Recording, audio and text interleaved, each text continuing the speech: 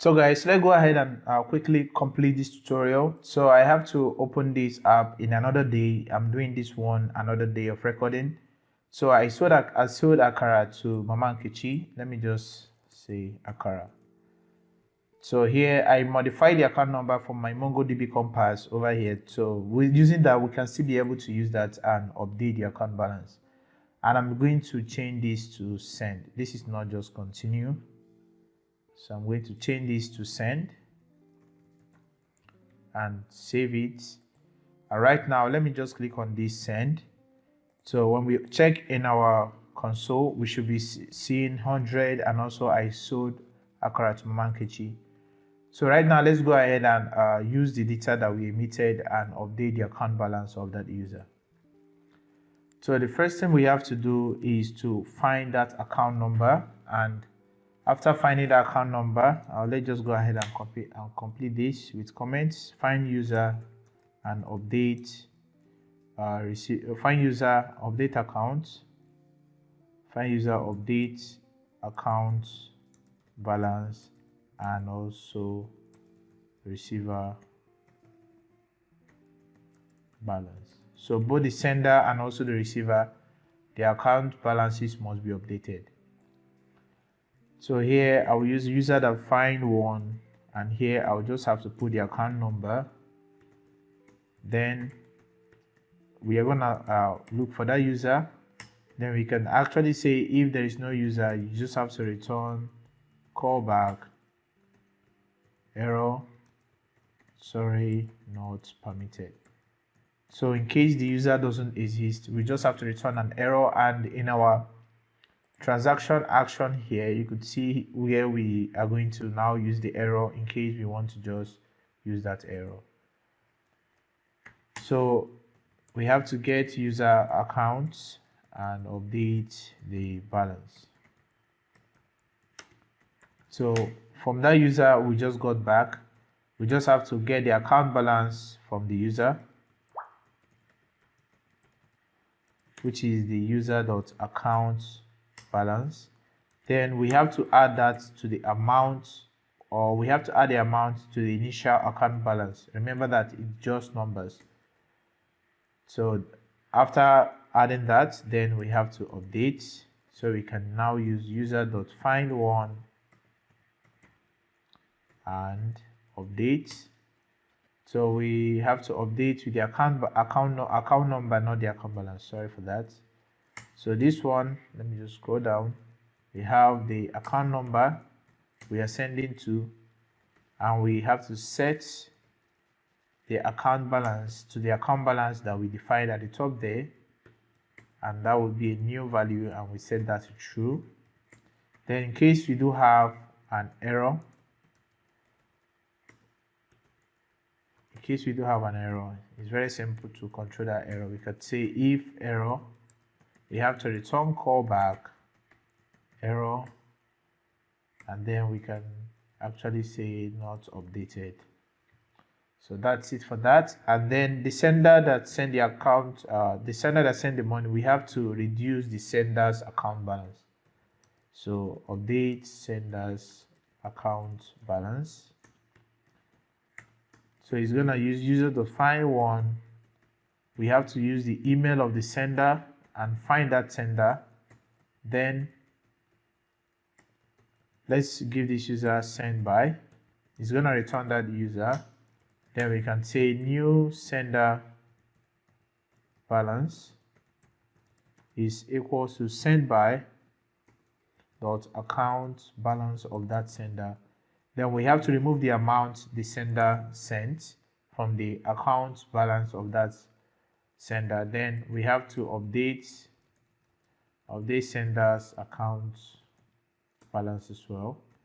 So we can now use user.find1 and update. So this one, we have the account balance, we have to find with the account number first of send by dot account number. So just code this properly. Then after that, we have to now set that account balance of the sender. So we can use account balance is now new account balance, but let me just add plus here to make sure everything is a number. Then here we have new to true, and here we have a callback. Then we have to broadcast to every user using the room ID. Then that will be socket.broadcast. So this is small letter dot to room ID dot emit money sent. So when we emit money sent, what we are going to be emitting there is very simple. We have to emit the amount the user sent, the purpose, the user that is the user that is receiving it. Then we have to also put the receiver. I think the user has to do it. Okay, the user that is receiving it. Yeah, we have to use the receiver as user.email. Then the sender, we already have the sender. So that was what I was trying to think about. So right now we are done with that, and when we go ahead and emit this, we shouldn't see any error because our backend is fine. So I use user.find1. I don't know why I did that. So this is find one, not find unnecessary one. I'm going to click on send again. You could see we don't have an error. So let's go ahead and catch that event that will be emitted or broadcasted back to us using the money sent key. So once we check on our compass, and over here you could see we have this price, but let's kind of send that money now. So I'm going to send 100 or 120. So once I send, I'm sending to this user over here. So we have initial 645 and 28, but when we refresh, you see we have 64648. So that's actually a sign that our account is actually updating and also everything is working fine. So the next thing now is to catch that event. So to catch that event is very simple. We just have to come back to our transaction action and then we can use this one. So the way we actually use this one, we are using it from the dashboard, which is very simple. So over here, if you click on the dashboard, you could see we have the receiver service or the receiver function over there. So inside here, we have the receiver action. And first of all, I have to grab the user that's actually using the application. So we have the user auth, then we can now listen to that event. So we could say socket.on money sent. When the money sent is broadcasted to every user, then it's gonna emit some data. So we could say if the current user.email, they have the current user.email. If that user is exactly data, let's say this is data.receiver, we have to dispatch a type of updates, and here we have to dispatch update balance, and we have a payload. So let me change this to small caps.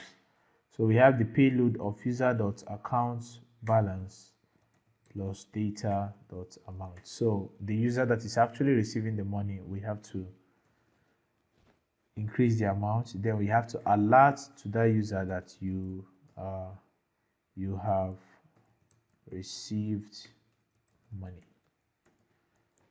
So for the update balance is very simple. When you come over to our reducer, so in the auth reducer, we have the update amount and also the update balance, which are very simple things for you to do. So here, the app is trying to refresh. Just help it to refresh. So guys, right now, let's go ahead and do that once more. I'm going to send. So right now when we send, we should actually get an error because we don't have an object as a user. So right here we do have the user. From here in our auth read user, we can actually use this user, and all we can simply say is that right here, instead of us to return this payload, we can actually return the user directly. But let's just still leave it this way. Like the user loaded here, you can actually return the payload. So let me just maybe add the user. I think that would be the best. So hopefully this should be the best because the user ought to be the payload. So saving that would actually definitely refresh our application from the beginning because it has to do with the root reducer. And quickly, let's just go ahead and log in. So I'm going to log in this one, log in here, and it's going to bring us here. So coming back to send money, I'm going to send 120 and click on continue. So that was 111,222,333, and let's say payment for subscription. So when I click on this, probably we should get an error, but in order to avoid that, let me just kind of comment this because I want to see what we are actually returning for the user. So we can just go ahead and console.log that user.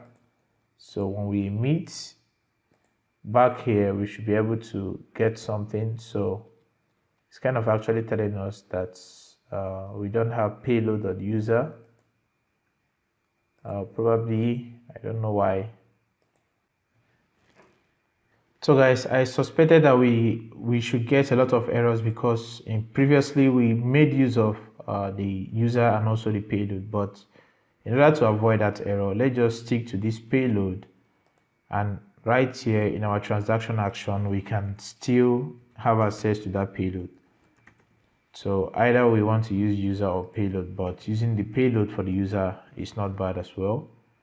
So we have to like check whether the payload, I think we do have the payload.user.email is equal to the data receiver.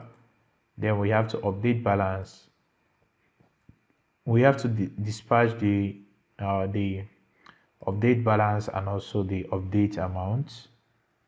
Then for this payload, I think I have to change this to payload.user, and that should probably and definitely solve it. So I'm going to save that once more, and if we got everything correctly and send, we should be able to dispatch this, and inside our second mobile phone we should be able to get an alert.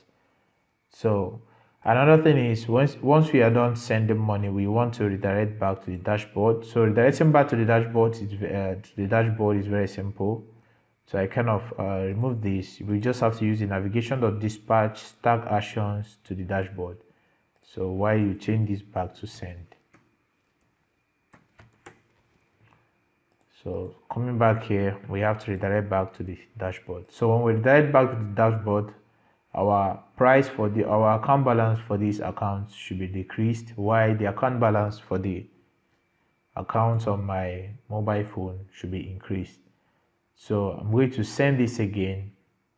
Now it should bring me to the dashboard. So we have 52125. So I'm going to, let's say 52125, I'm going to remove 200, and I'm going to send it to the second account with 111,222,333, and this one I will say reduce account balance. So I will send it. So you see we have 51925, showing us that we are able to reduce the account balance for this user that is sending the money. So if we are to do with Stripe, then we have to go through using the Stripe API to actually send the money, but we are not doing with Stripe. But hopefully in the future, I hope that we are still going to be able to touch those areas. So I'm going to log in on my mobile phone now. So I wasn't initially logged in, so let me just quickly do that. And I'll hit continue, and quickly let me log in. So I'm going to send money from my mobile phone to this account. and I want to send 1,000. So I think the account number here, I have to quickly get that. Here we have 4444, we have 555, we have 111. I think 111, not 11. Then I'm going to put test account at the purpose. Then I will send. So you see, once I send that money on my mobile phone, I was able to get that. So why you see that alert a lot of times is because alert kind of misbehaves when it comes to the bridging of React Native. So the best way is to use something like notification, so that once it gives you a single alert, that will be enough, not like multiplying and multiplying. So that's it. So once we send money, you could see I have increased the balance of this user, and we're able to send money from either this emulator to my mobile phone, or from my mobile phone to this emulator. So that's what we have actually completed. So we're actually done with our tutorial, please. And if you've come this far, please do make sure to hit that like button and subscribe button. So guys, I think the next tutorial is going to be on Flutter. I know I have not yet completed the Flutter tutorial, but I will try as much as possible to complete that. So guys, please once more, do make sure you hit that like button, share this video to your friends, and see you on the next video. Bye bye.